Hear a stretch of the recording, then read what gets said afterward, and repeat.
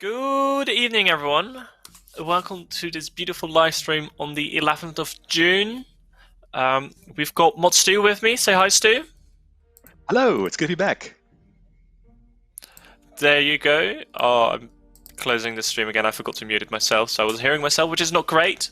Apologies for starting a minute late, and I'm going to give you a good reason for that as well, as long as the producer doesn't mute me. But he needed to go to the toilet. He was very excited for this live stream, so that's why we're a minute late. I hope you can accept this as an apology. Everyone needs to go to the toilet at times.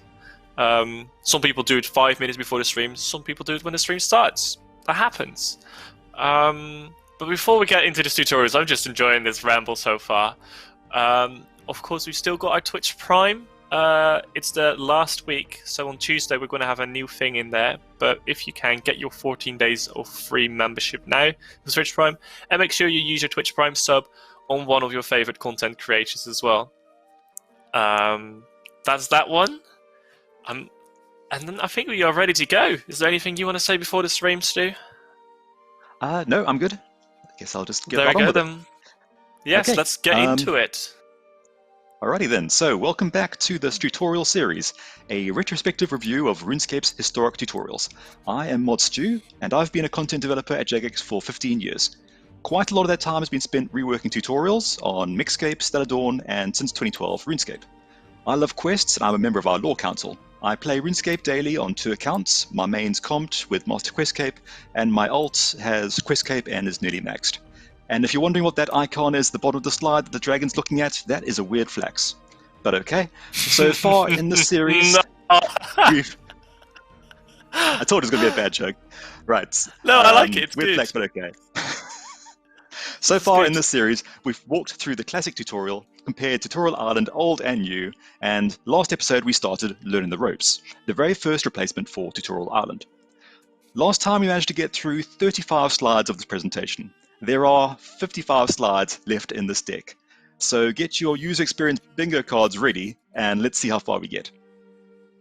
Oh yeah. Firstly, let's quickly get the disclaimer out of the way. Mm-hmm. No, I was just going to ask the question quickly, like, is this the first time we have the bingo cards, so that we already have them last stream? I've actually lost track of time, actually, because of the quiz. I think it was just after the last stream this one posted them, so yeah, I think it's the first time we have bingo cards available, so have fun with that. Okay. Cool. Go ahead, Stu.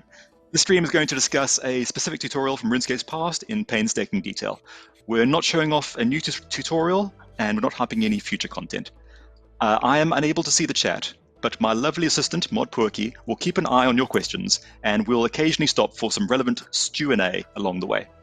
Mod Maz, the developer of Learning the Ropes, is hopefully back with us in the chat, so keep an eye out for messages from Maz Nitz. She'll likely have some squirrely goodness to add to us.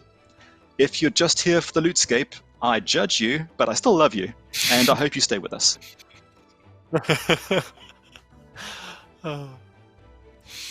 So, we had a week off for the monthly quiz, so let's start with a summary of the previous episode, beginning with the story. In Learning the Ropes, your adventure begins in a cellar beneath Lumbridge. Why are you here? Why are any of us here? Only you can answer that. But you discover a white knight called Savant who's attempting to contain a 3-headed dragon. Why 3 heads? I got a little extra trivia from Maz for this one. She said the dragon doesn't have a name that she can recall, but the idea was that this dragon was intended to be an offspring of Elvarg and the King Black Dragon. Savant mentions that this dragon has slept beneath Lumbridge since the town was established, but something has roused the dragon from his slumber. So that establishes a mystery, and as you progress, you unveil a greater antagonist. A Chaos Druid is controlling the dragon. This story, I feel, is a great introduction to RuneScape that sets solid expectations. It's elegant in its simplicity, grounded in the hallmarks of medieval fantasy, and the broad strokes of our lore. White knights, dragons, the eternal conflict of order and chaos. There is a slight issue of player agency, I feel, in that Savant could be seen as the main character of this story. His actions are the heroic focus, while your role is secondary and supportive. But more about that later. So now that we've got the Stu Long didn't watch out of the way, any questions? We seem to be all right. I'll put the disclaimer in the chat. Kind of. We are talking about tutorials, and I know there's a lot of questions about our communication and those kinds of things. We know you guys want more communications. We are chipping away at that, but that's kind of all we can say about it right now.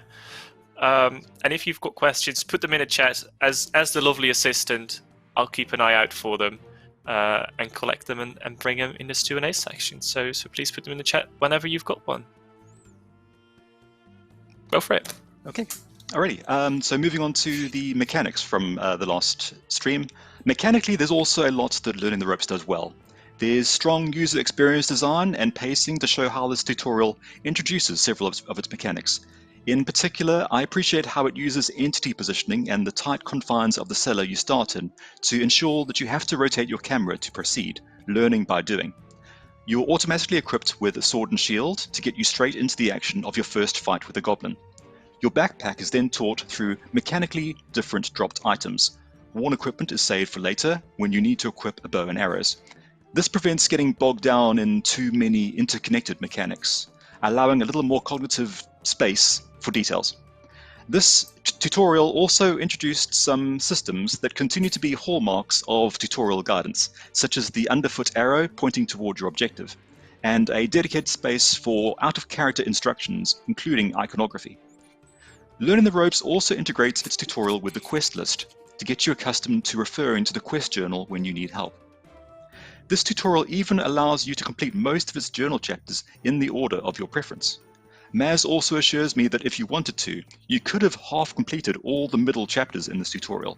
You actually didn't need to complete every chapter before moving on. When you leave the cellar, Learning the Ropes takes you to a quarantined copy of Lumbridge. This is so you learn the lay of the starting zone, instead of exploring a tutorial island to which you can never return. You can even see other players, although only players who are still on their journey through Learning the Ropes. This tutorial is commendably thorough in the mechanics it teaches, including comprehensive explanation of the user interface and almost every core mechanic at the time, in impressive detail. However, this does make for a very long tutorial before you truly earn your freedom.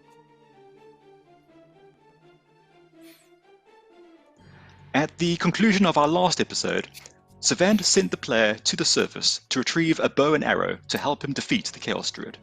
As we rejoin our hero, they have successfully mastered ranged combat and learned all the intricacies of worn equipment and combat styles.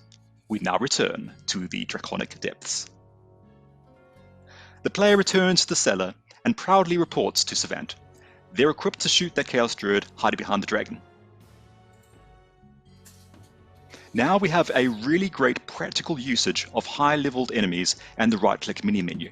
The Chaos Druid is a much higher level, so the player has to learn about combat level and the mini-menu in order to attack him. And we have the isolated context to be able to focus on that mechanic, while the Knight and the Druid sustain battle. Then, because the Chaos Druid is standing at long range, the player has to use the attack styles they learned earlier, practically reinforcing this mechanic.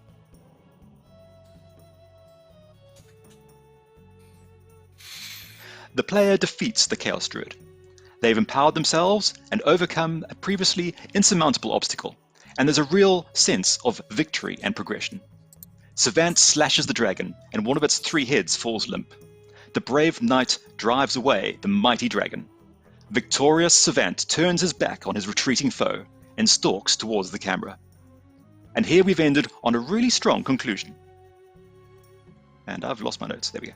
We ended on a really strong conclusion. The conflict is resolved, and the player has mastered several core mechanics necessary to survive in the overworld. Savant even telegraphs a mysterious loose end that could drive the narrative into the main game. A strong and fitting end to this tutorial, well-paced and climactic. Oh dear. So, yes, that whole section to Lumbridge and back again, a hero's journey, that was but one chapter of 12. We still have a long way to go. We've not even done any skilling yet. Our adventure has only just begun.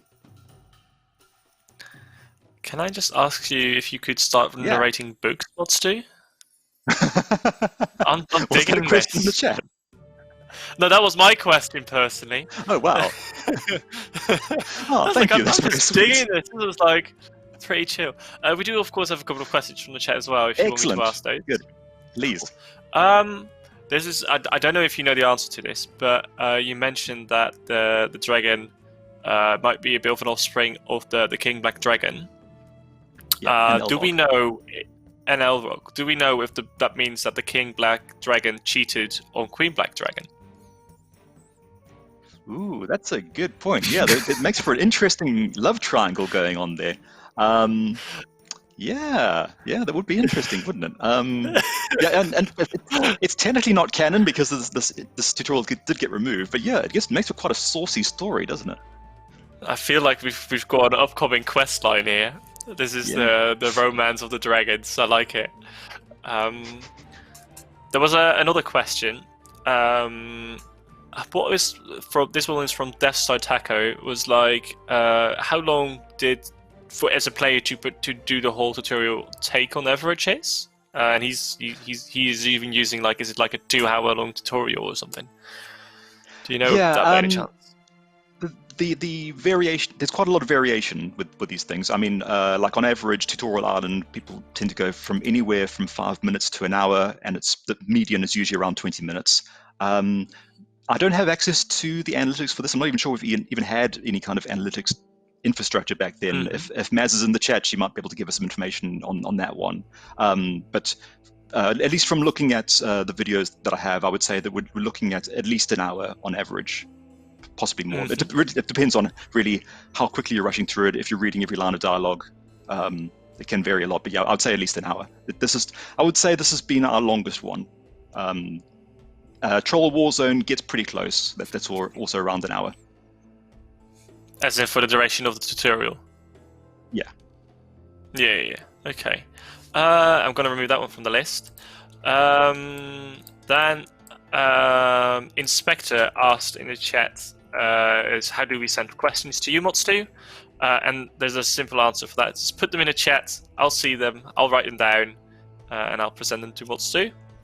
And there were 2 quick questions which were not related to you, but I'll also answer so they won't come up in the chat again. Is what's the status on the Inquisitor stuff pieces? So we've made the decision that we want to do something about it. We're also trying to take into account people that have already got those staff pieces.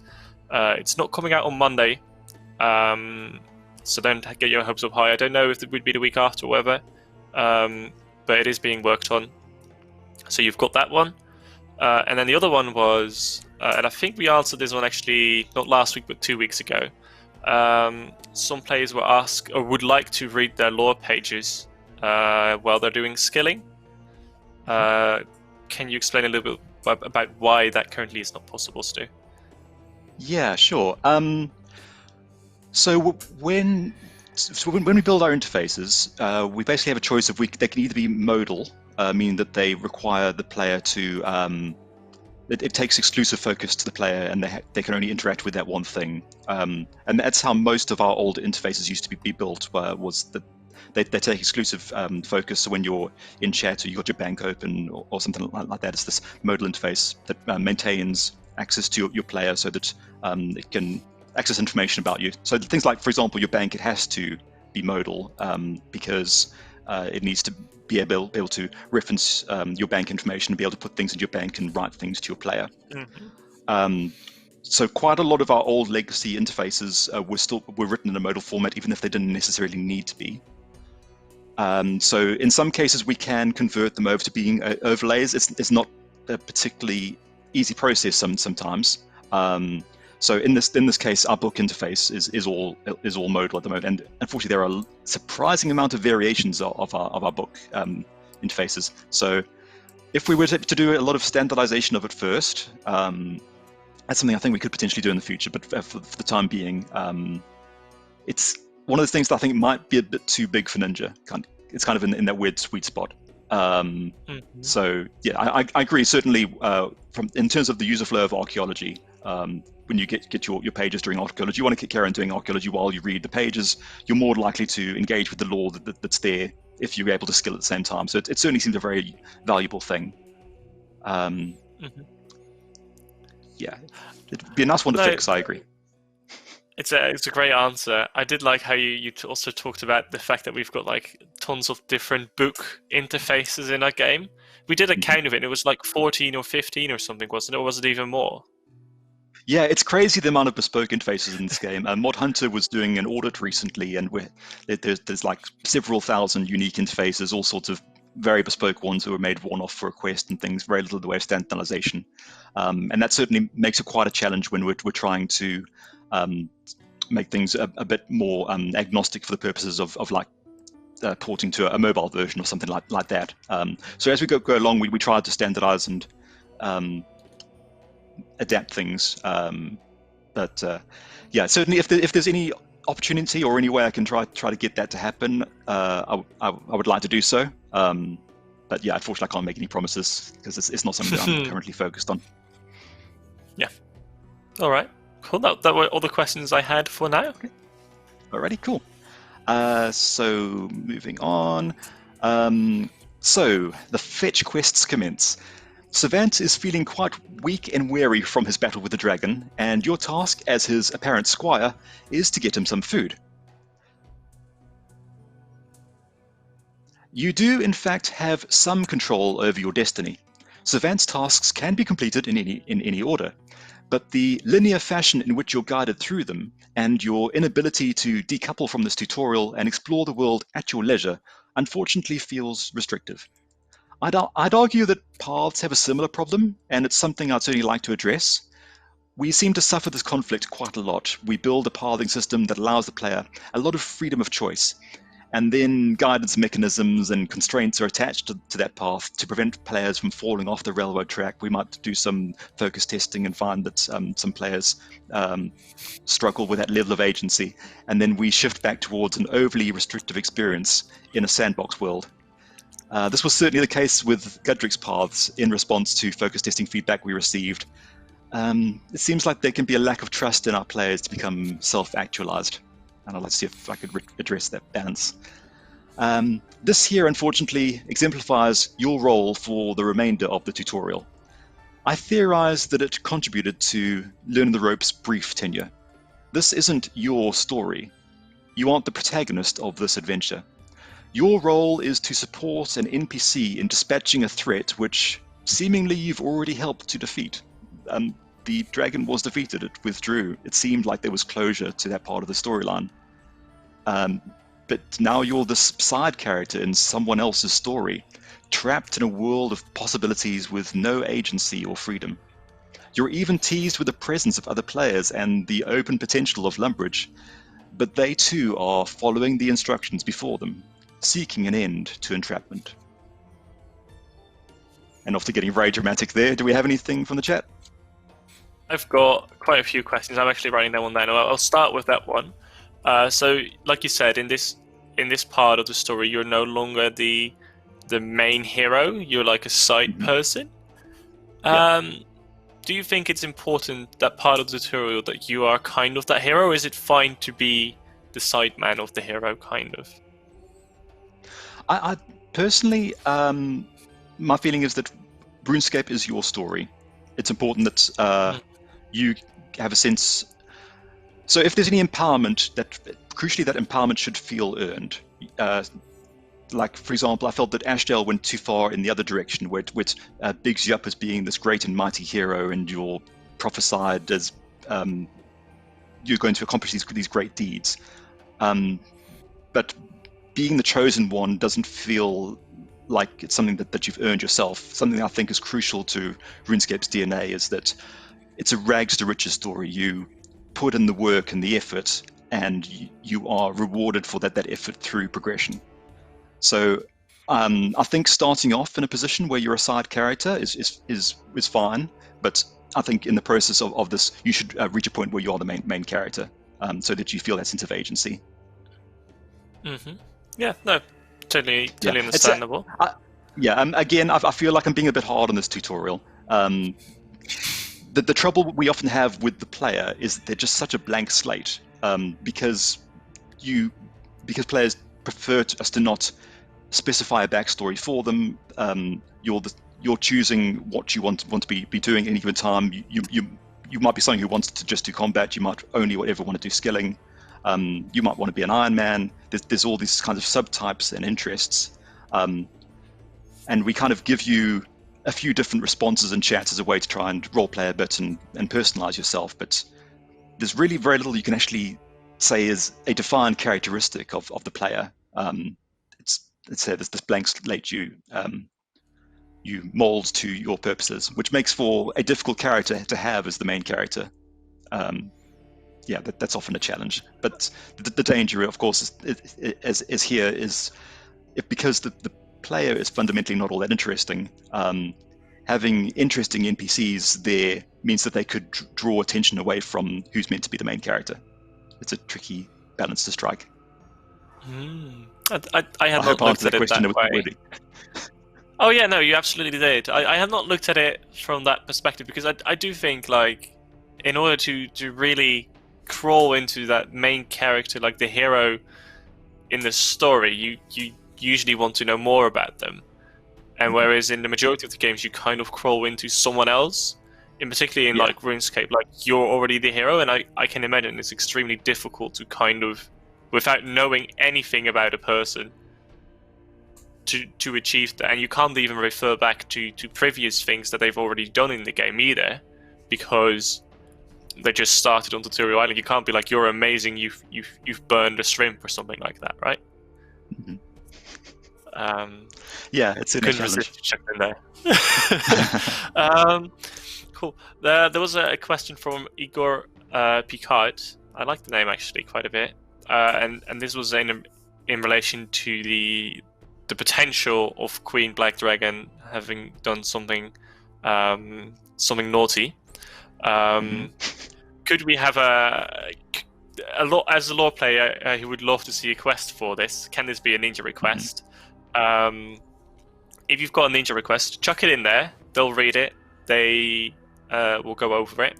But if you're doubting if it's a ninja request, put it in there, and it might flow somewhere. We go over all of them. We take suggestions and things, and if it's not a ninja thing, we might write it down as an idea of something we want to revisit, or something we pass on to a different team. So it's definitely worth doing. I think as a mini quest, it's definitely not a ninja request, but I mean, it doesn't hurt to put it in there because we'll probably write it down as a suggestion on one of our suggestion lists. So we've got that one. I mean, also, sorry to interrupt, but also as developers, we're plugged into all the social media. We're checking Twitter, Reddit, the forums, and so forth regularly. So does our community management. So if you have a particular idea or a concept for something, post it in whichever one of these media you like. We will find it one way or another, and we'll be posting it around to each other, and the communication is going to happen. So don't feel like you've only got this one narrow window. We're reading what you're saying all the time. Rest assured. And just like that, we are reading the whole time. Igor Picard was actually referring to the lore books and not towards a mini quest for the King Black Dragon. Which is sad. I would love there to be a quest like that, but it was regarding the reading the lore page as well, skilling. So you're cleared. We've cleared the confusion. Apologies for that. There was another question, and this is apparently something that I didn't know, and I don't know if you knew that about this quest.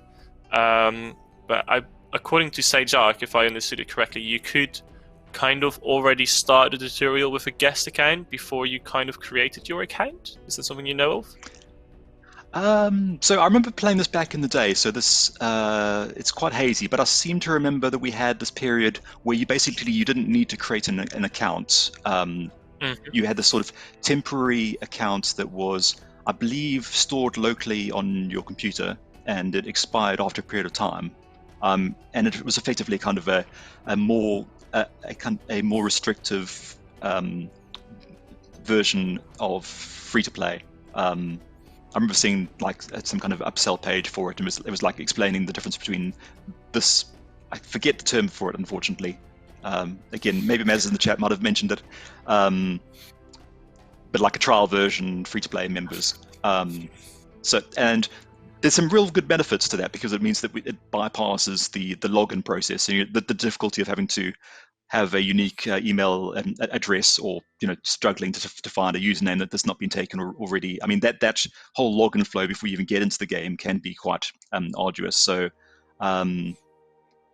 Yeah, I don't have, unfortunately, any information to hand as to how effective that was, but I'd imagine that certainly must have helped. But of course, the drawback is that you're going to have to get an account eventually anyway, so I don't know if maybe there might have been not enough conversion from that towards the real accounts that it essentially just pushed that funnel issue, kind of postponed it, but ultimately there wasn't very much uptake, would be my guess. But yeah, it was definitely an interesting thing I recall at the time, and yeah, it was nice that you could get into the game so quickly and easily. It's one of those things that, like, it's as weird as it sounds, but like creating an account is kind of friction, right? Because you just want to play the game, and then having to sign up for it before you can actually sometimes puts people off from kind of signing up. And I think it was kind of trying to address that issue there, where it's like, well, already start playing the game, and then if you still like it, then we'll ask you to sign up later instead of having to do that up front.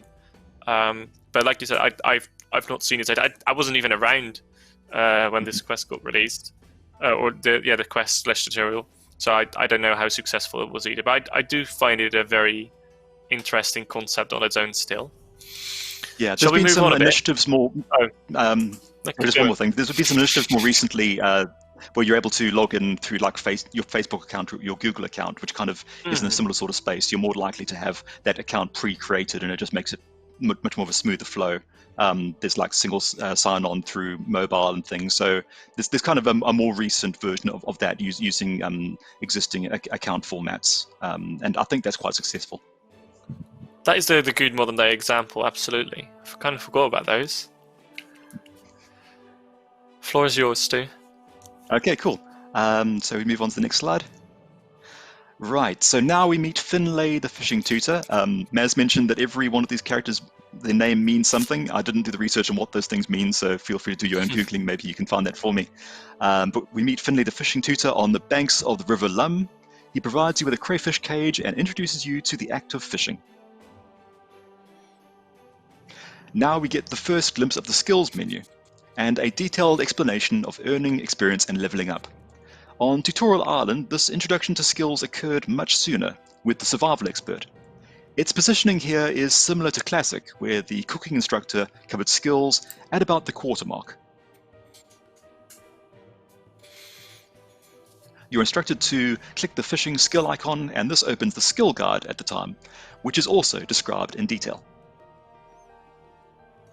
Finlay requires you to catch 2 crayfish, then nudges you toward Cordero, the cooking tutor.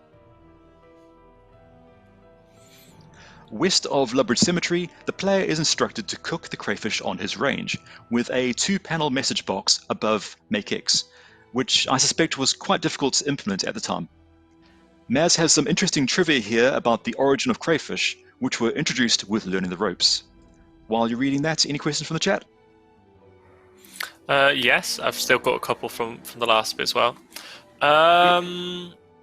This is more a bit about interface, but it also has to do with learning about the game. So I think it's a pretty appropriate question. Oh wow, actually you already removed part of it. It was a long question. It's about the icons for the menu on desktop and mobile are different. So there's discrepancy between those two. And that can be confusing if people switch between mobile and desktop. How do you feel about that? Is that a big issue in your opinion? I'm a little lost as to which icons they're referring to. I'm guessing they don't mean skill icons. They mean like the backpack, worn equipment skills on mobile. Like they're more sort of a gold color. So they're kind of based on the kind of the iconography, but in a different style. Our UI artists, I think, are moving more in that sort of direction in terms of trying to find a more modern art style. So yeah, I think that's why there's a stylistic difference there. I think they may have done some kind of focus testing or something, and that seems to appeal more to a mobile audience. I think that's an aspect to why there's such a difference. But I don't unfortunately have that information to hand. I'll do some investigation and see if I can find that for next time. Well, I also recall that when they were designing those icons for mobile, they did do a lot of testing to look like, are they kind of recognizable on both? And if you switch from one to another, are you able to guess which icons are which, kind of. And that still seems to be pretty good gauge, because like you said, the iconography and all those things were pretty much the same, which is quite nice. Another one, which is more of a note, but I just want to acknowledge it quickly.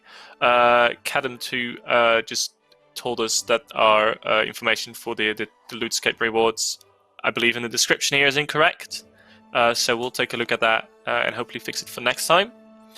And then there was another one which I found quite. I was happy that it was asked, because I think we can kind of be like we've already done something like that. This was Sam C4 Lane 7. He's like, how do you feel about a quest with a choose your path option, so you can kind of choose which direction you want to go based on your own options? Mm-hmm. Do you want to explain the path system quickly and where it happens? Oh, okay. I wasn't even going to respond to it that way. Yeah. Okay. So yeah, we do have. However you want. I don't think it's necessary to answer your question, but we do have this achievement path system where basically there's a bunch of different paths you can do in your own order, and that's kind of a way that you can explore the mechanics in the game and have a bit more agency. But in terms of, like, say, a quest where you choose your progress through it. So, I mean, the whole aspect of player choice in quests is quite an interesting one that we've had some kind of bit of back and forth on in the past, because we were doing like a lot of quests around the 6th age where you'd make some a choice that had some kind of permanent change for your character, and then it would have knock-on effects later on. The trouble we found with that sort of approach is because it works really well for say something like the Telltale episodic games, like the Wolf Among Us and the zombie one whose name I'm currently forgetting. That's the one. Yeah, The Walking Dead. Yeah, thank you. Yeah, it's been a while since I played it. So when you're essentially, you've got a limited number of episodes you're playing in, and then their story is complete, and then there's replayability, and you can go back and try different endings. That kind of thing is more interesting. It's more impactful because you can come back and try the different combinations and see what the alternate routes are. But with RuneScape, this game where you basically only play one account, it's such an enormous amount of content to play through. You could be playing the same account for 10, 20 years, and there's more stuff being added, new things to do. If you make a permanent decision on that account, then you're stuck with it, and you might really, really regret that choice that you made. There would be some situations where actions led to the death of a character, for example, and people didn't like the fact that their actions permanently led to this death. So unless these things were extremely well telegraphed to the point it kind of takes you out of the moment of that decision as to what the impact is, it wound up being more of a negative thing than a positive thing. So we kind of moved away from that degree of permanent choices. So that's basically where our thought process has changed in that respect. And also why we don't tend to do like world events anymore for similar sort of reasons. The notion of the story changing based on popularity, that didn't go down particularly well. So yeah, doing a quest where you made some choices along the way, basically the issue is that you'd get one shot at that quest and you'd miss most of the other alternatives. So that doesn't want to being a very good use of development time versus what you're getting going to see like a third of that quest. Compared to just being able to put all the time into making you be able to experience every aspect of that on your account. Wow, I'm giving you really detailed answers today. I really don't think we're going to be able to get through this tutorial. It's fine. Like we've got more than enough time. I would like to say two things as well. Wolfian actually replied with that he still feels bad for making an elf cry in one of those quest permanent choices. But I think the elf is over it now, or I hope the elf is now. So you'll be fine. And then the other one, how do you feel about the illusion of choice? So you still get your 3 options, but they will all lead to the same result in the end. How do you feel about that? Yeah, that tends to be how we manage it nowadays. So we'll not necessarily give you the ability to lead to a drastically different outcome, but more just personalize how you respond to events. So as much as possible during conversations, we'll let you take the snarky option, the polite option, the funny option, and have some kind of variation. Because also with you being such a blank slate character, having a spectrum of ways you can respond to things allows you to have a bit more of a sense of your own personality. Mm-hmm. Yeah, no, very understandable. And then the last one, which I think we can fit in here as well. How important is agency to like a player, or how important is it that we give the player agency in like a tutorial in general? In my opinion, it's very important. I think that having linearity early on is helpful. I can hear the scratching of the bigger cards here, but because of cognitive load, if you give the player too much choice right at the very start, that can be overwhelming. So some linearity, like in say like your first 5-minute primer, we're just trying to get the very very basics out. I think that's fine, but I think that the longer the player's on a railroad, the more they start to resent those restrictions and want to have more agency. So I think it's a good thing to bring in early on, but ensure that you're not overwhelmed by choice. That the choices you do have available to you, that they feel impactful, that they matter. It's worth making that choice basically, rather than it's choosing red or blue or green. Yeah. Did I answer that? All right. Yeah, for me it does. I think you're right. You're right in what you're saying, and it will also just spice up your game a bit, right? It kind of caters it and tailors it a bit more to what you like. You could also argue, I think. Yeah, I think it's just kind of the nature of RuneScape. Most games that are most role-playing games, you have one core level that you're progressing your characters to level by doing things. But RuneScape, it's all about that non-linear approach of you have all these different skills. You can go off and do them whenever you want in whatever order. You can just do bossing. You can just do quests. There's so much to choose from that you have the opportunity to specialize. I think that's a major part of RuneScape's DNA, and I think it's important to present that classless nature of RuneScape in the tutorial. Mm-hmm. No, you're right about that. Cool. Shall we move on a bit again? Because I know there's tons of slides, and we'll see where we get. Yeah, for sure. Yeah, we're on 52 now. So, west of Lumbridge Cemetery, the player is instructed to cook the crayfish on his range with a 2-panel message box above Make X. And I think I said that part already, didn't I? Yes, I did. Sorry, my bad.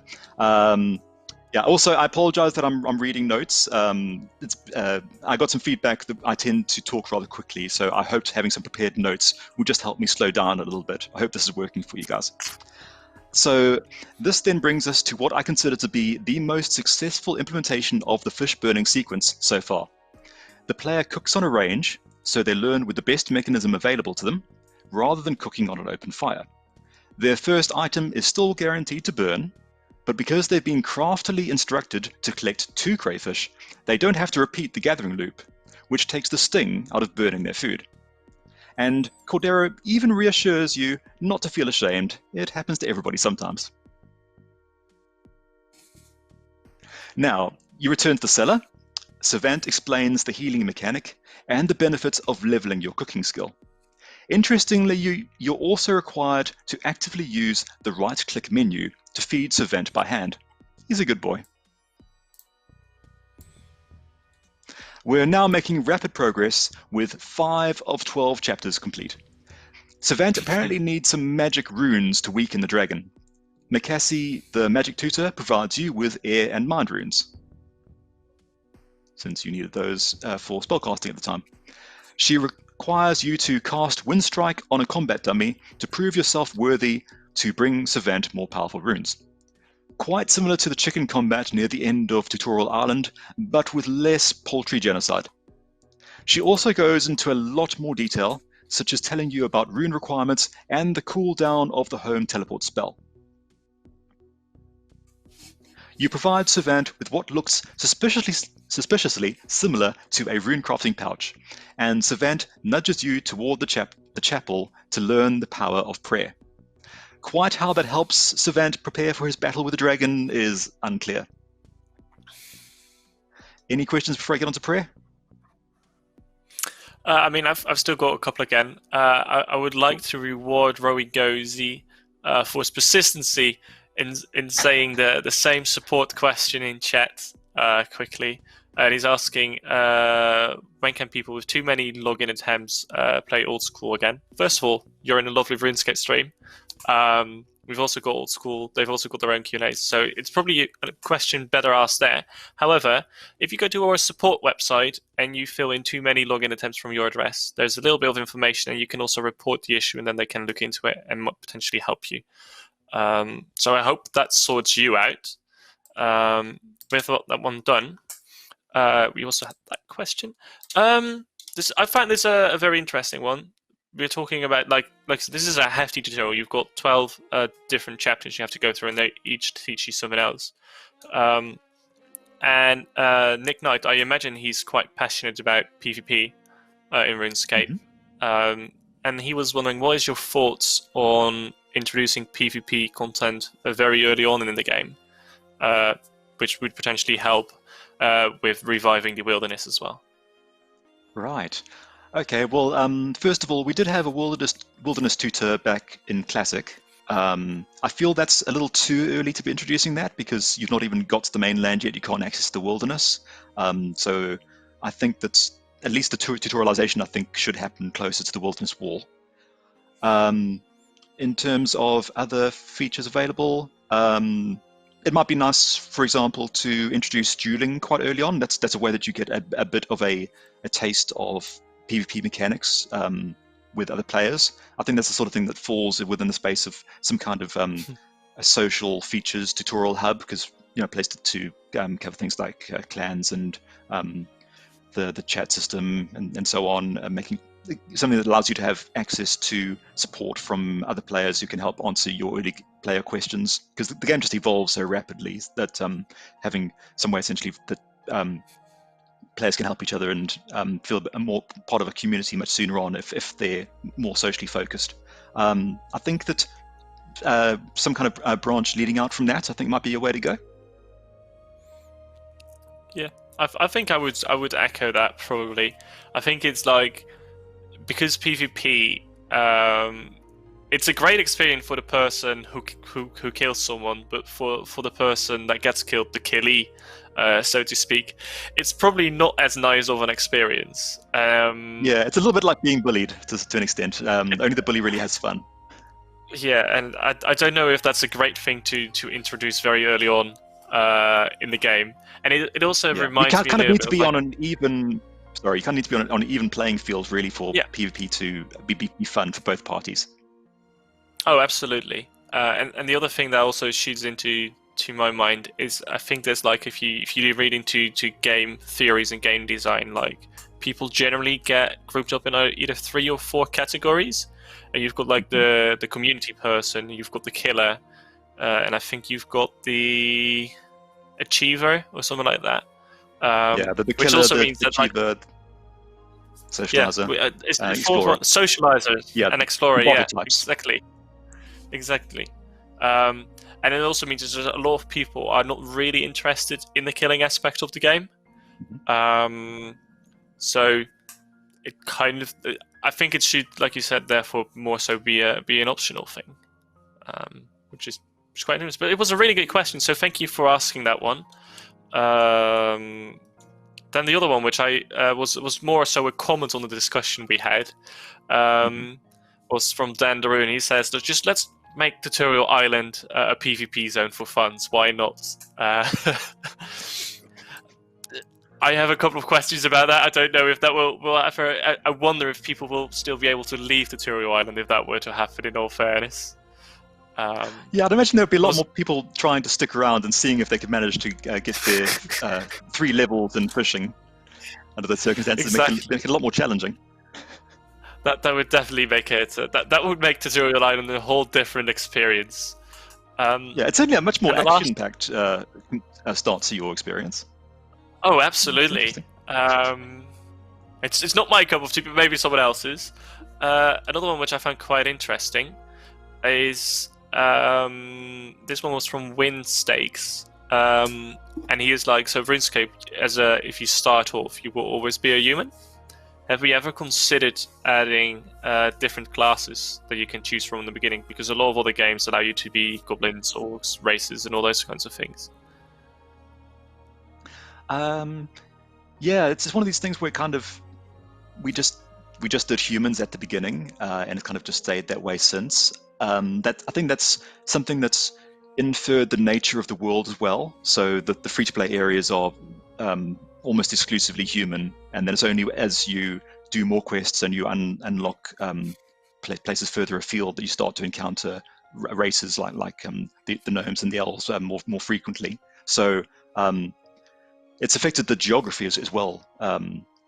So I think that, at least from a lore standpoint, I think that if we were to suddenly allow you to play as these characters right away, I think there'd be a rather strange disconnect. You know, if you have like elves wandering around the main areas, I don't think that really fits RuneScape all that well.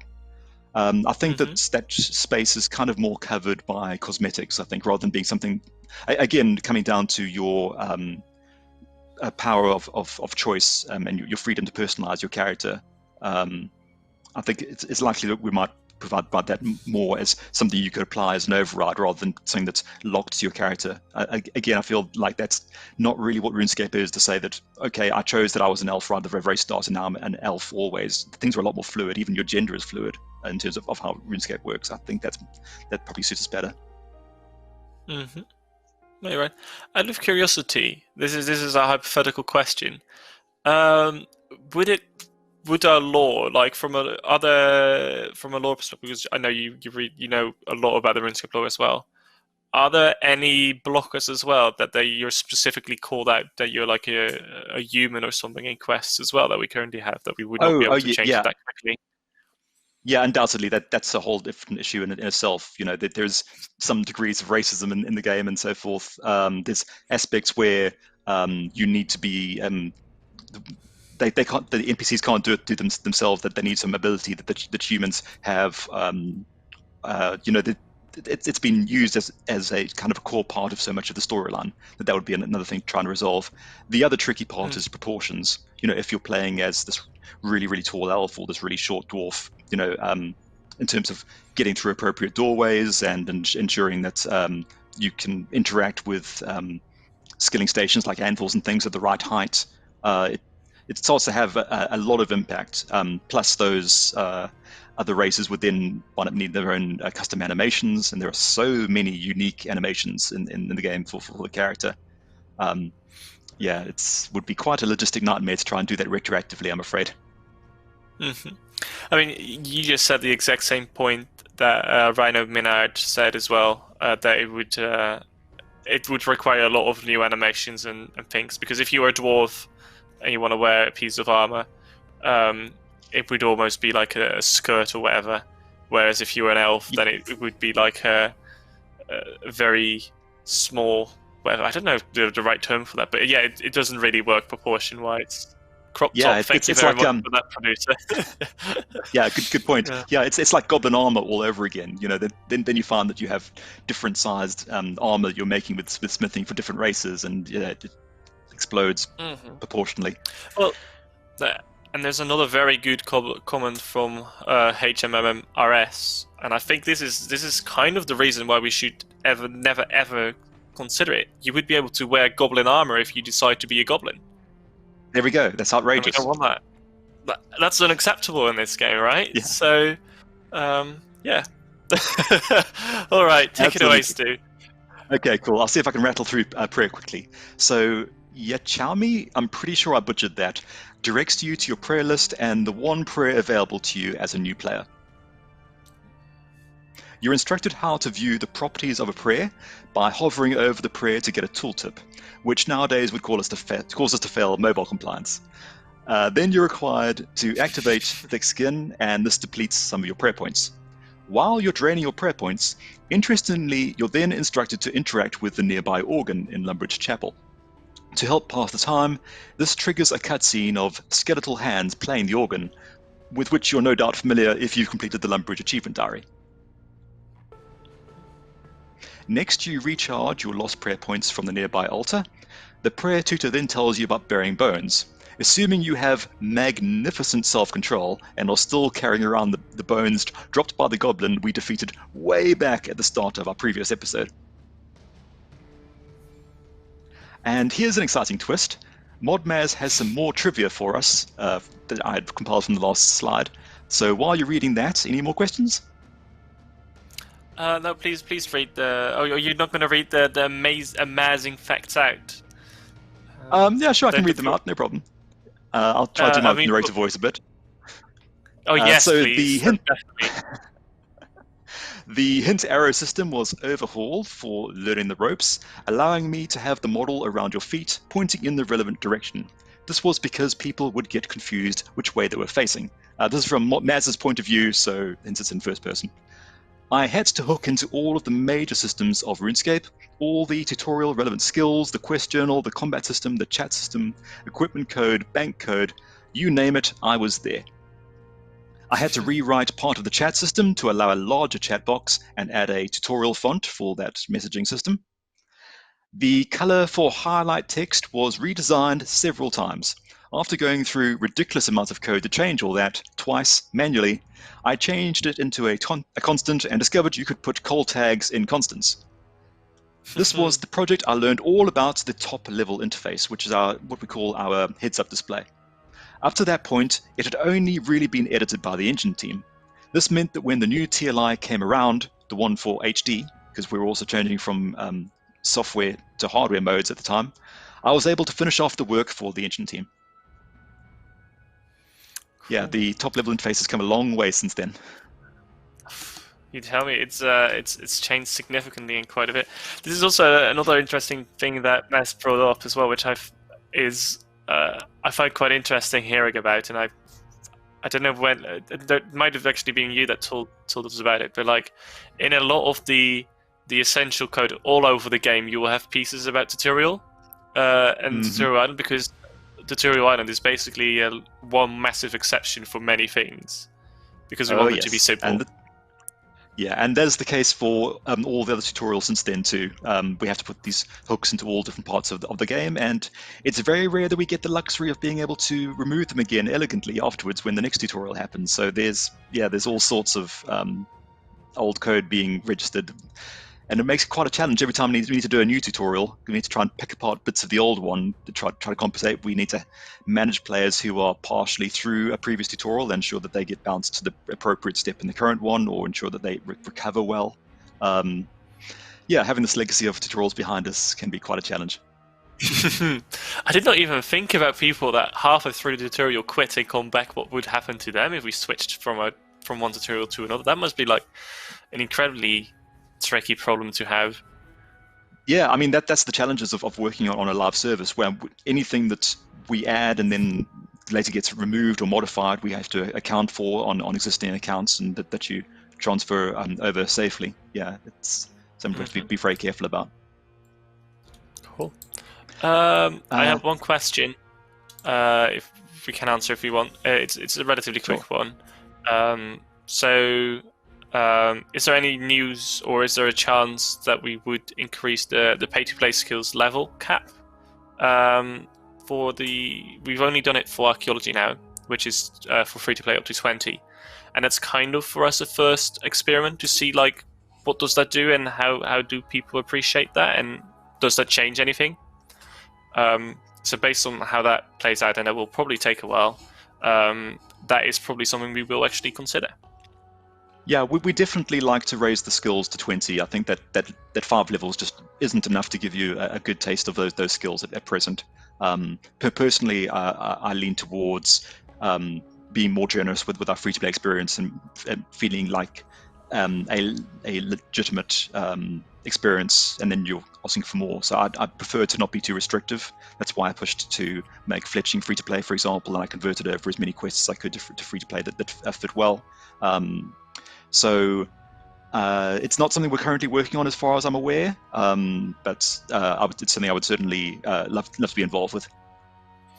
Mm-hmm. That's also worth adding, I think. It's not as easy as just increasing one number from like 5 to 20. there is a lot of testing that will need to happen in the game, and a lot of things need to be checked whether they would still work if we were to make a change like that. But yeah, continue please, Stu. Okay, so chapter selection. As Maz notes, one of the project's core aims was that some sections could be completed in any order.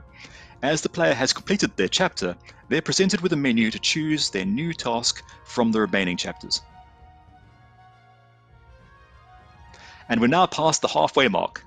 We've chosen to pursue woodcutting with Wilfred just south of Lumbridge Furnace, who seems to have been tipped off about this whole quarantine business 12 years ahead of schedule. Unlike the other tutors, Wilfred requires you to indulge the spirit of an Iron Man, by the way, and smith your own hatchet, which means we're going to have to do some mining after all. Wilfred directs you to a special mining and smithing underground area just across the River Lum. Hopefully Maz can confirm, but I assume the purpose for this extra environment is so these skills could be trained within this lockdown Lumbridge. At the time, you'd have to travel all the way to Vrock in order to access an anvil. For reasons we'll discover later, this mine isn't available after the tutorial. Since it's not available anymore, I thought I'd capture some pictures of the mine interior for you. And the player commences dialogue with Monium, the mining tutor. The mining tutor is wearing a very fetching pair of goggles. Given the dank gloom of the underground mine, these goggles presumably do nothing. He provides you with a pickaxe and even helpfully points out that you can use a pickaxe as a weapon, assuming you aren't actively avoiding leveling your attack skill. Any questions before I move on to prospecting? Keep going. Cool. Then we cover prospecting, and it's pretty similar to prospecting in the previous tutorials, so I'll move on. You mine your tin and copper, and it even explains the mechanic of how ore rocks deplete. The mining tutor then sends you to the Lumbridge Furnace to smelt your ore into bronze. Pretty standard smelting flow here from before the mining and smithing rework. You can see the smelting interface that was in use at the time, including another double message box here in order to have the instructions and the bar selection on screen at the same time. Theorus then sends you back inside the Lumbridge mine to do smithing. Having to squeeze mining and smithing into Lumbridge creates a bit of repetitive traversal here. Sani, the smithing tutor inside the Lumbridge mine, then gives you a hammer so you can use his anvil. Incidentally, Sani is one of the few tutors who later survived the removal of the Lumbridge job system. Sani now hangs out near the anvils south of Vrock West Bank. So it's thanks to learning the ropes that Sani featured in New Vrock in our 200th quest, Dimension of Disaster. Another note about Sani, he used to be quite a bit shorter than most NPCs. We went through a phase early in RuneScape's life of adding a vertical rescale to some NPC configs to vary their height. You see this in quite a lot of Mod Titans work, like Sarius Guile from the Darkness of Hallervale quest, who's stretched to look really lean and tall. The character artists don't like us using these rescale properties, as it messes with character proportions. So we graphically updated Sani during the mining and smithing rework, since he holds a smithing hammer, which we also updated. In the process, the character artist mod demo changed Sani to a normal height. I think I'm on a roll here. Anything from the chat before I move on to smithing? We'll do smithing and then we'll do a couple of questions. Okay. Then you smith a bronze hatchet, or an axe as it was called at the time. Axes were later renamed to distinguish woodcutting hatchets from melee axes and throwing axes. The smithing interface is similar to Tutorial Islands. I'm not sure if this tutorial prevented you from smithing a bronze dagger. I'd imagine it'd be pretty annoying to have to go mine more tin and copper, then go back to Lumbridge to smelt bars, then come back here to smith again. I thought it was quite nice the tutorial had you smith a tool. It makes a nice change from the bronze dagger smith in almost all other tutorials. And move on to woodcutting. Questions? Yes, we'll go over them quickly. There's a lot of praise about the mining and smithing rework basically does happen. They bring that back up. They quite like the awesome. trivia bit as well. You did a bit for the mining and smithing as work as well, right, Stu? I did, yeah. So Mod Dig started on that one, and then I took over mining from him, and Mod Tomb did smithing. So yeah, I was really proud to work on that project, and I'm personally just so happy with how mining works now, with not depleting. The approach like Archaeologist does have the progress bar. I just find that gives you much better feedback of what you're doing. I really wish I could do the same thing to fishing and woodcutting. I mean, yeah, no, absolutely. I'm gonna use this as a bridge as well. And this is a question I already saved. It was like I'm gonna save it somewhat near the end. Is Ikopi Code also asked a question? I don't know if you've had a look at our Reddit today, but there is a thread up there quite high of someone who played RuneScape 8 years ago, and he goes back, and he kind of goes through this. Fausty. Yes, yeah, that's his name. And he goes through the new player experience. Also in a video, he does comment on the mining and smithing stuff quite positive, which I think was pretty cool. Even though he's slightly confused about the helms and that they're kind of the same. But on that as a side note, would it also be interesting to kind of go over like a video like that in the future? After we've had all the tutorials, of course. Yeah, it'll be a while yet. Yeah, shout out to Fausty. I've watched all of his videos and I found them really interesting. Seeing that perspective of someone who's accustomed to old school and then being able to see the strengths of RuneScape, the graphical improvements and things. I found it really refreshing to see that positivity. So thank you to him for that. And yeah, interesting things to see from that perspective, like. Because of the A/B test we have running at the moment, he didn't get Tutorial Island. He went straight to Berthorpe. So like he had all those tools on his tool belt, for example. So that's an interesting point of view there. On because someone new coming into the game wouldn't expect things to work a certain way with your tools in the tool belt. They're kind of more easy to just accept them. While for someone who's accustomed to the game being a certain way, one of being more surprised. We tend to build our tutorials for new players, which is why we don't tend to cover things like that. But it's something certainly to bear in mind. I think I've completely forgotten the question. No, it was just, is it something worth looking at after? Yeah. So basically, we keep an eye on YouTube as ourselves, plus anything that the players send through. I've enjoyed, what was his name? Game Holio Dan or something like that. He did a really good series as well, and I fixed some bugs in the tutorial as a result of things coming through it.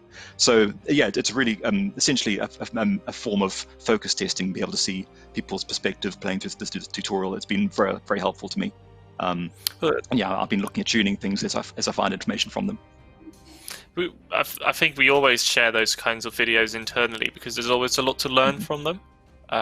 Yeah. If you come across them, always share them with us. We'll probably find them, but just in case, please share them with us. They're always very, very interesting. The last question I've got for you before we will move on again, and this is one we have already asked before, but I'll just ask you to give the answer again. Would it be possible to make every quest replayable? That's a tricky one. Yeah. So unfortunately, quests are notably one of the types of content that's really, really bespoke. Like there's very little standardization in the code of how they're written. That they're written in a lot of very different styles. It makes for a very, very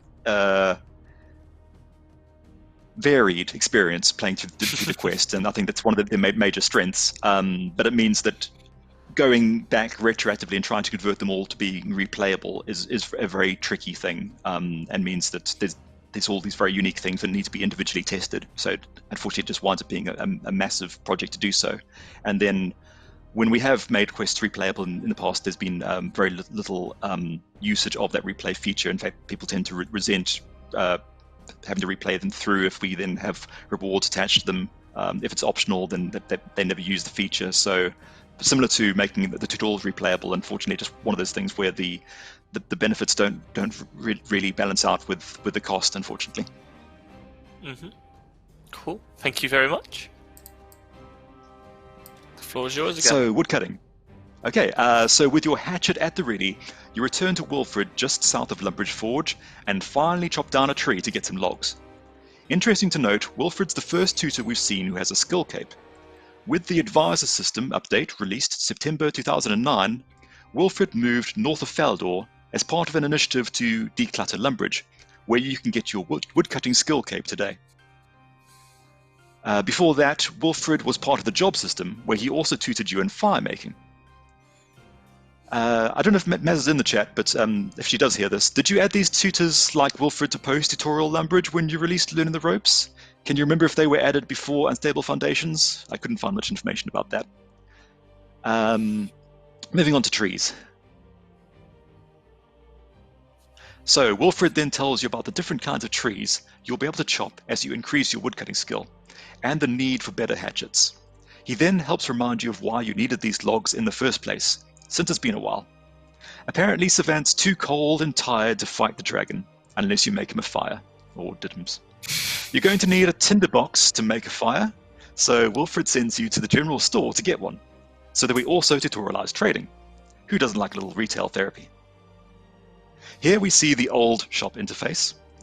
Just a moment, I need to clear my throat. Take your time.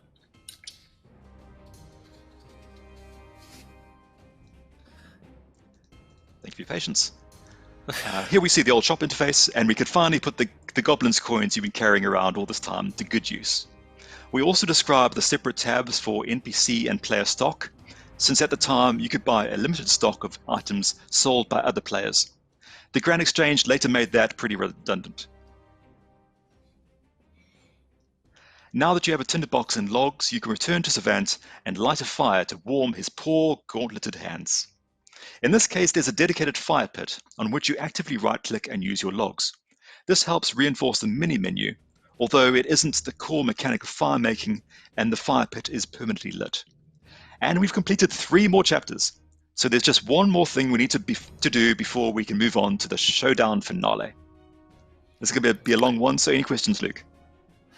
I had one myself, and there was another one from Rhino Minard. I like the name, by the way. Would we ever consider overhauling all the quests?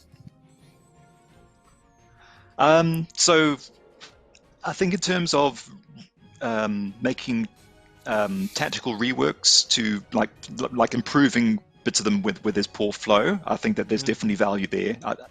We went through a stage where we were doing minor quest improvements, and I would really like us to come back to that time again, because personally I love quests, and it's the sort of thing that I would love to do in TAP, for example. That would be a big priority of mine. In terms of full quest reworks, again, we were doing those for a period, and that's got me to be able to work on the Death of Chivalry, for example, which replaced Black Knight's Fortress, the project I'm most proud of in my time at JKX. I really wish we'd go back to doing those as well. Yeah, that unfortunately is a decision outside of my hands, but yeah, definitely I would love to be involved in that. Cool. And the other one is, and this is one for me, is like we just had an example that before the guy wanted to fight, he needed to warm up by a fire. How important do you think it is that the story is like the story matches and it's like actually like it fits well with your task ahead? Because everyone will be like, well, it is not like of utmost importance that you actually are warm in order to do that fight, right? Like, how important is it that the story is actually important and it makes sense for the task at hand? Yeah, that if you are trying to ensure that you have a narrative running alongside the mechanics you're teaching, sometimes it works really nice and smoothly, and sometimes you feel like you're having to stretch the narrative to try and justify this. Like say the part where you're learning about prayer, but that doesn't impact on what Savant's doing in any way, so the two don't really mesh. My personal inclination is to focus more on the mechanics.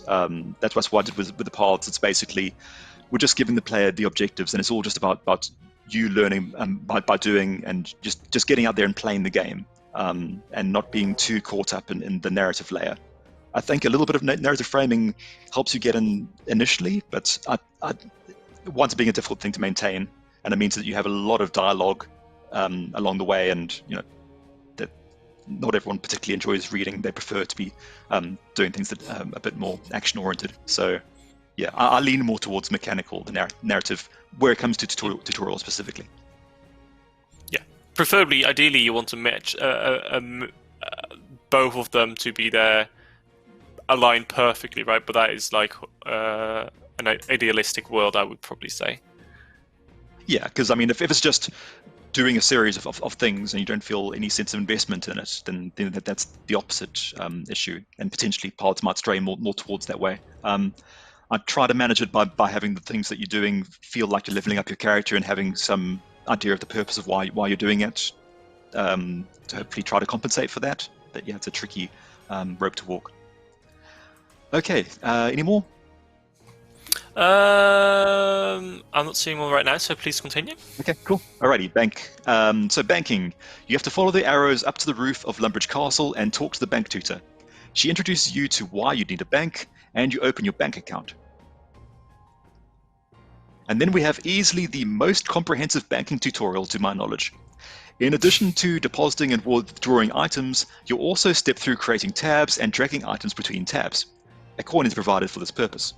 After telling you about the help button on the interface, you're instructed to close the bank. The bank's got a lot more complicated since then. Yes, so...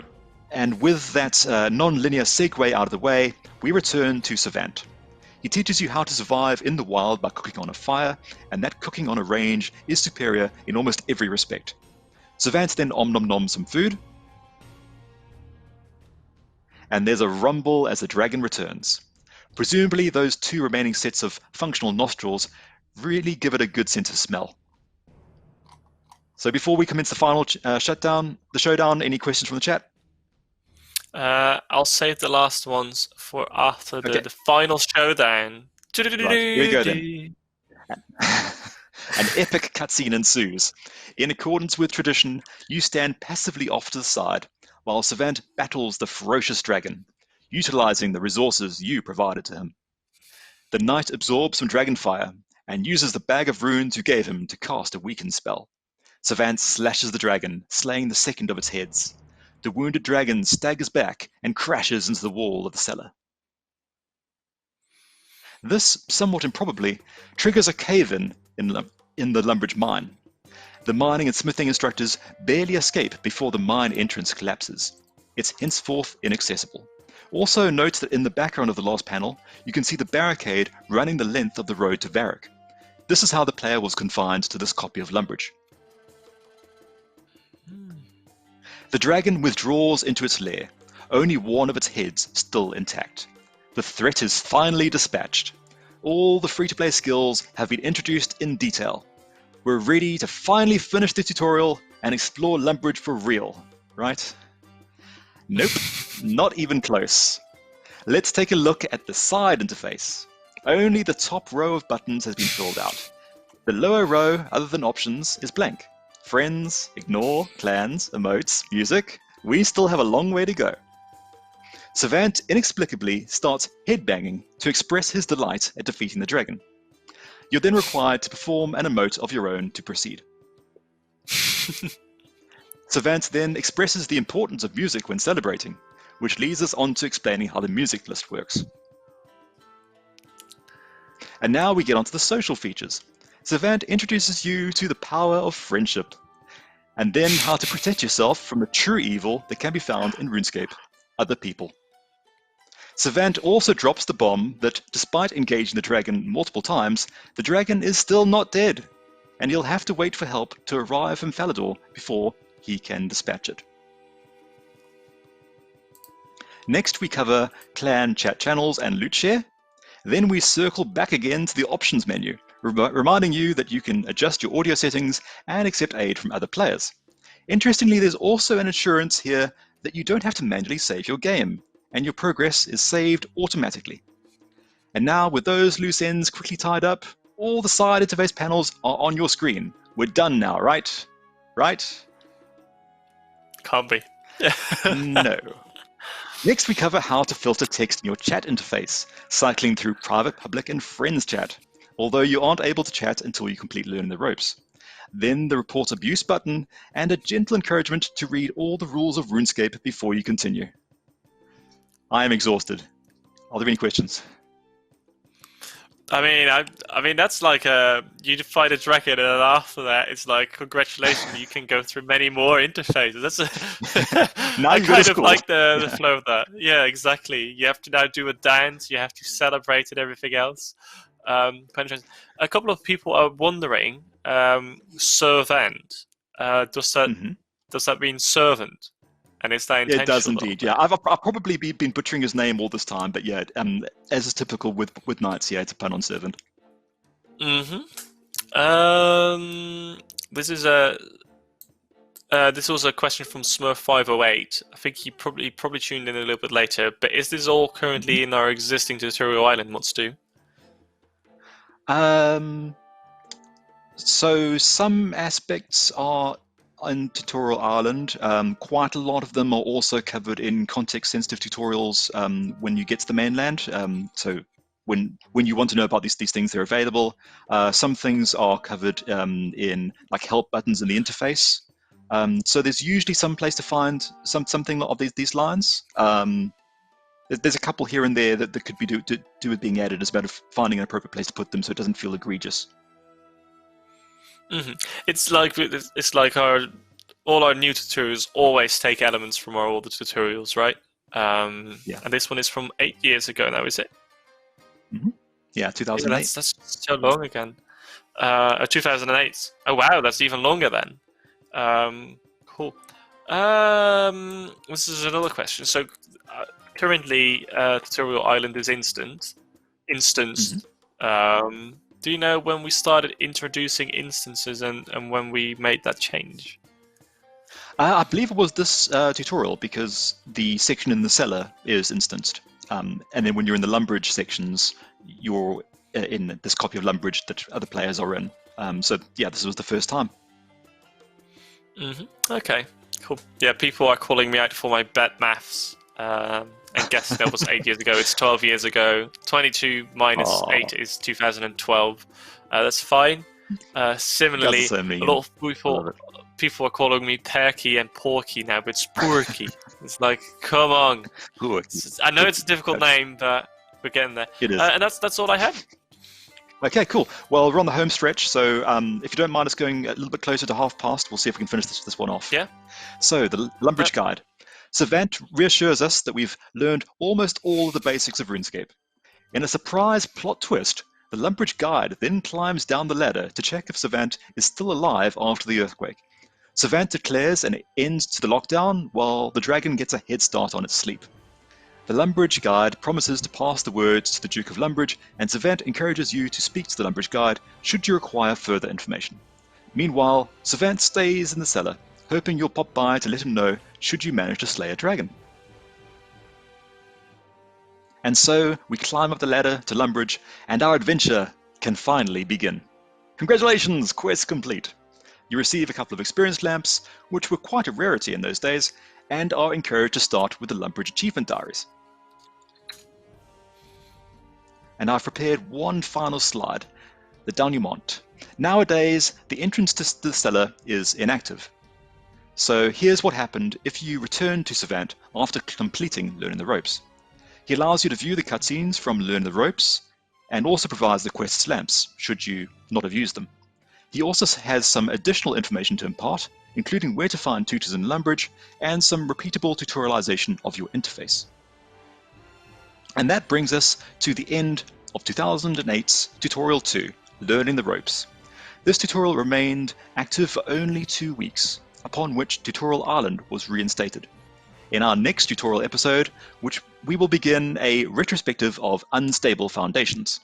This reimagining of Learning the Ropes remained active from September 2009, my three-year anniversary at Jagex, until it was replaced by the Lumbridge tasks in May 2011. Thank you for that little bit of We facts. did it, we're finished. Yeah. We finished. Can I just... So we talked earlier about like this live surface bit, right? And I just loved the last bit you did as well, that even now apparently you can still watch those cutscenes in game if you go to that location, if you finish that tutorial. In this case, no. He actually got completely removed, so that's... Okay. So when...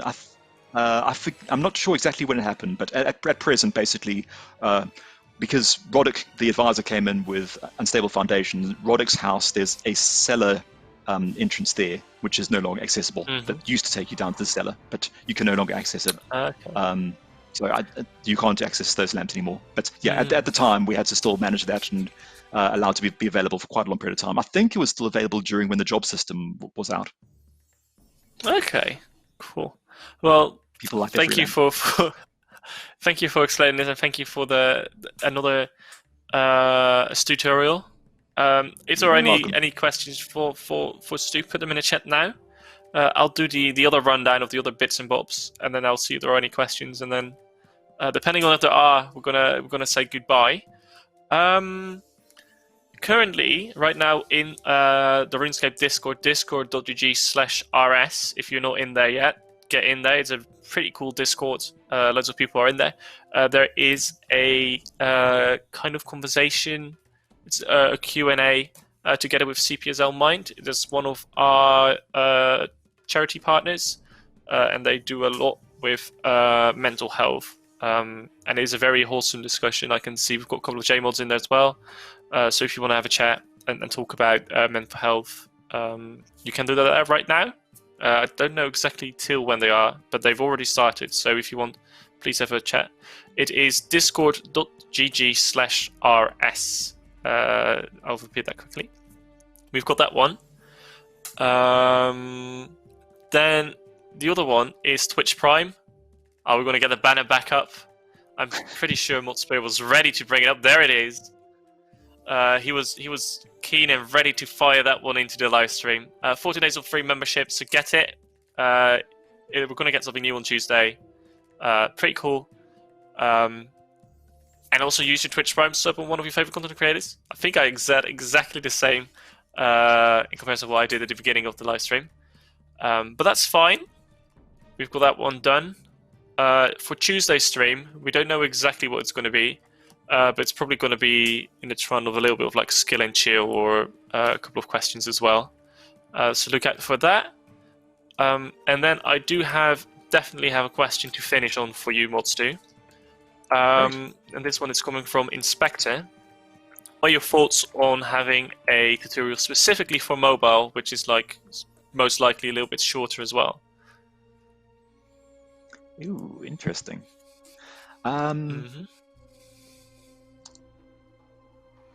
So I'd be inclined to not necessarily make one exclusively for mobile, because fundamentally they are the same game. I mean, it's a different front end to it, but you play in the same environments.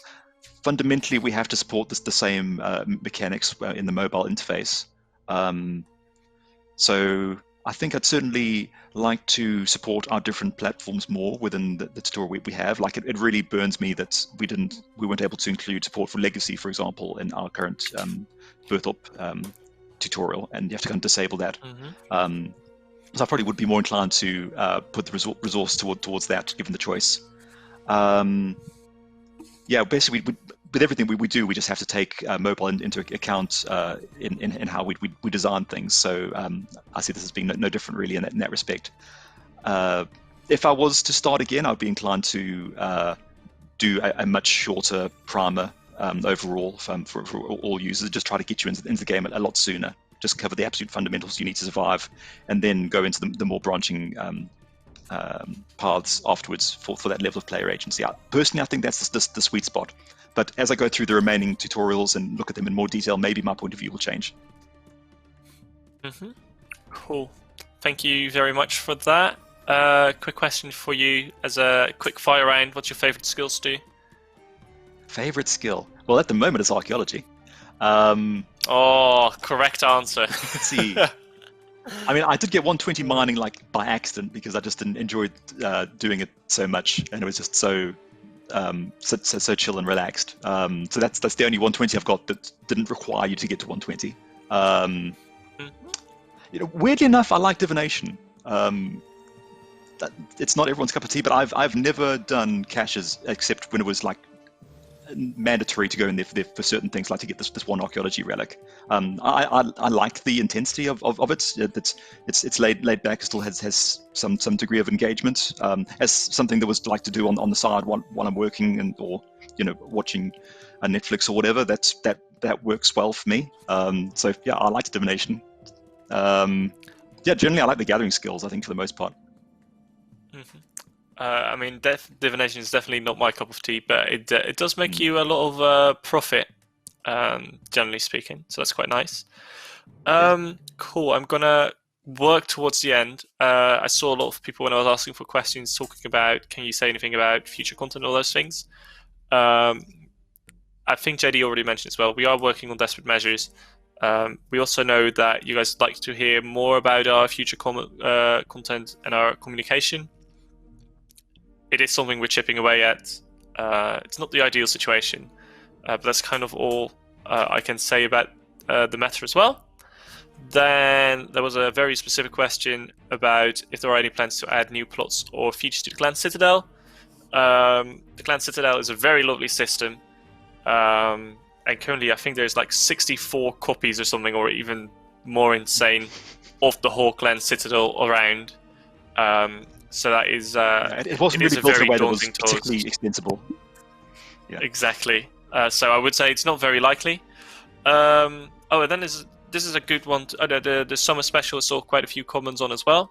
To my knowledge, I'm not really aware of anything to do with summer special at the moment, but could be different. And then, or it could be wrong. And then last but not least, and I find this a very cool question. This one is from Lady Lioness. Would it be possible for a player-designed quest competition for something like that to happen? Would you think that would be cool or interesting to have?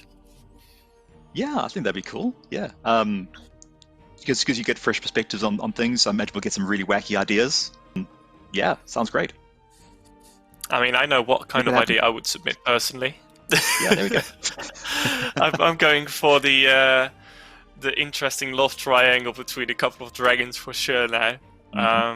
So I might have to push some agendas. I'll just fill the next sentiment report. I'll be like, players, all they want is a quest about 3 dragons and we're sorted. Yeah, I think it's especially bottle quests. Yeah, bottle quests are great. Ideas for quests that basically they're going to have very little in the way of need for new resources. That they aren't trying to be these big epic stories that with really complex cutscenes and take half a year to build. But if things that are additive, they're essentially existing stories that you want developed further, or the questions you've always wanted answered within the context of a quest. Things that can work with the building blocks we already have in an expedient way. It's much more likely those things will happen. So yeah, get the suggestions out there. Post them on Reddit and so forth. We'd love to read them. Once Upon a Dragon. That's going to be the name. I like it in no text. I like it. Cool. All right. Thank you all for watching. Look after yourselves. Until soon. See you next time.